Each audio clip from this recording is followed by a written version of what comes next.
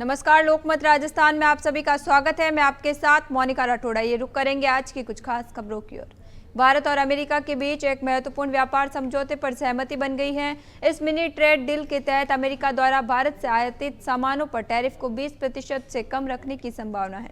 ये डील दोनों देशों के बीच व्यापारिक रिश्तों को और मजबूत करने की दिशा में एक बड़ा कदम है। इस अंतरिम समझौते के तहत भारत से अमेरिका को निर्यात होने वाले सामानों पर टैरिफ 10% से 20% के बीच रहेगा, जो पहले घोषित 26% रेसिप्रोकल टैरिफ से काफी कम है। इस डील से भारत को टेक्सटाइल, दवाइयों और ज्वेलरी जैसे क्षेत्रों में अमेरिकी बाजार में बेहतर पहुंच मिलेगी। भारत के पड़ोसी देश म्यांमार में गृहयुद्ध विध्वंस रूप लेता जा रहा है। संगायक इलाके में एक बौद्ध मठ में हवाई हमले में 23 लोगों की मौत हो गई, जबकि 30 से अधिक लोग घायल हो गए। यहाँ करीब 150 लोग शरण लिए हुए थे। मीडिया रिपोर्ट में बात सामने आई है कि देर रात 1 बजे एक लड़ाकू विमान ने गांव के मठ पर बम गिराए। हालांकि अभी तक ये पता नहीं चल पाया है कि हमला किसने किया है। घटना को लेकर म्यांमार की मिलिट्री जुंटा ने कोई बयान नहीं दिया है। म्यांमार में साल 2021 से गृहयुद्ध चल रहा है। फरवरी में आंग सान सू की सरकार ने तख्ता पलट के बाद मिलिट्री जुंटा सत्ता पर काबिज है। आंध्र प्रदेश के डिप्टी सीएम और जनसेना पार्टी के प्रमुख पवन कल्याण ने कहा कि अगर तेलुगु भाषा हमारी मां के सम्मान है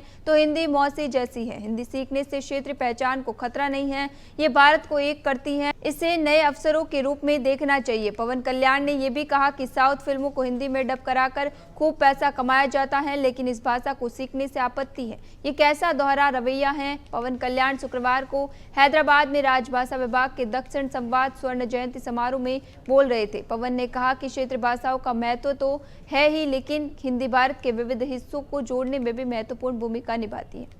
पंजाब के मुख्यमंत्री भगवंत मान की ओर से विधानसभा में प्रधानमंत्री नरेंद्र मोदी की विदेश यात्राओं पर की गई टिप्पणी और गैंगस्टरों के मुद्दे पर गृह मंत्री अमित शाह को गुजरात से तड़ीपार कहने पर विवाद बढ़ गया है।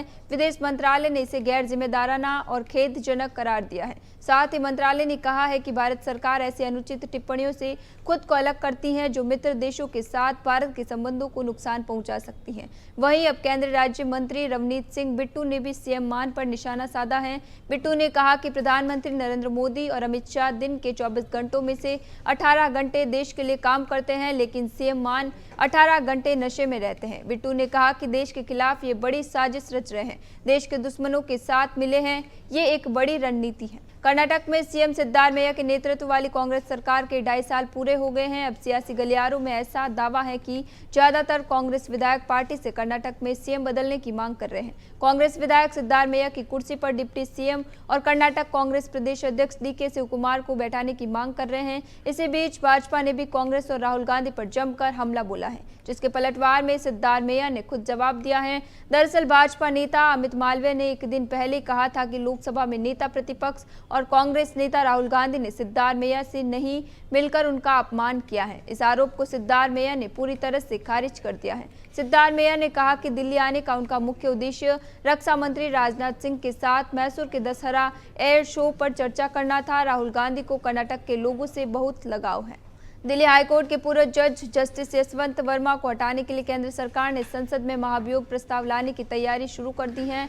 इसके लिए लोकसभा सांसदों के साइन जुटाए जा रहे हैं। न्यूज एजेंसी पीटीआई के मुताबिक कई सांसदों के दस्तखत लिए जा चुके हैं। इससे संकेत मिल रहा है कि प्रस्ताव लोकसभा में लाया जा सकता है। लोकसभा में महाभियोग प्रस्ताव लाने के लिए कम से कम 100 सांसदों के साइन जरूरी होते हैं। वहीं राज्यसभा में ये संख्या 50 सांसदों की होती है। संसदीय कार्य मंत्री किरेन रिजिजू पहले ही कह चुकी हैं कि जस्टिस वर्मा को हटाने का प्रस्ताव 21 जुलाई से शुरू हो रहे मानसून सत्र में लाया जाएगा। अहमदाबाद प्लेन हादसे के 1 महीने बाद शुरुआती जांच रिपोर्ट आ गई है। एयरक्राफ्ट एक्सीडेंट इन्वेस्टिगेशन ब्यूरो ने 12 जुलाई को 15 पेज की रिपोर्ट सार्वजनिक की है।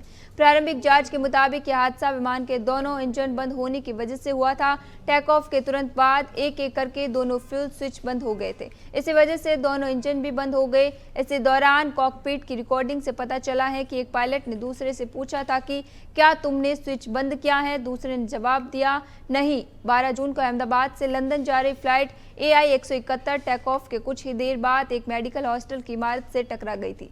इसमें 270 लोगों की मौत हो गई थी, जिनमें 241 यात्री और क्रू मेंबर शामिल थे। सिर्फ एक यात्री इस हादसे में जिंदा बचा है। देश की राजधानी दिल्ली में शनिवार सुबह एक बड़ा हादसा हो गया। दिल्ली के वेलकम इलाके में 4 मंजिला इमारत ढह गई। इसके मलबे में कई लोग फंस गए। ये इमारत वेलकम इलाके की सीलमपुर ईदगाह रोड पर गिरी है। हादसे की सूचना मिलते ही मौके पर दमकल गाड़ियां पहुंची और रेस्क्यू ऑपरेशन शुरू किया। हादसे के बारे में जानकारी देते हुए फायर डिपार्टमेंट ने बताया कि शनिवार की सुबह 7:05 पर कॉल आई थी। इसके बाद तुरंत अग्निशमन विभाग और दिल्ली पुलिस बचाव कार्य में जुट गए। पुलिस और दमकल के साथ एनडीआरएफ की टीमें राहत व बचाव कार्य में जुटी हैं। स्थानीय लोग मलबा हटाने में मदद कर रहे हैं। फिलहाल के लिए इतना ही, फिर लौटेंगे एक नए सच के साथ। तब तक के लिए दीजिए इजाजत। नमस्कार।